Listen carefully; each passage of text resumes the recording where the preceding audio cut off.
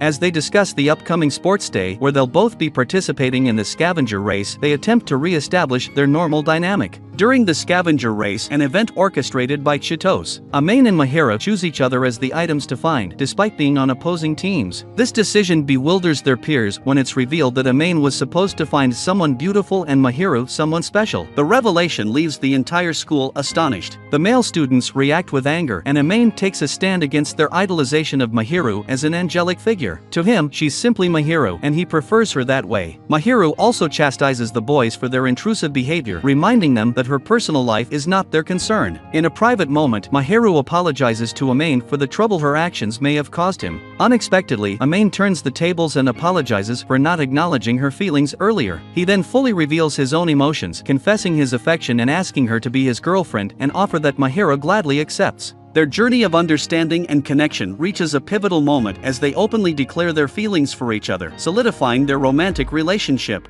Thanks for watching. Post in the comments what anime to do the next retelling on.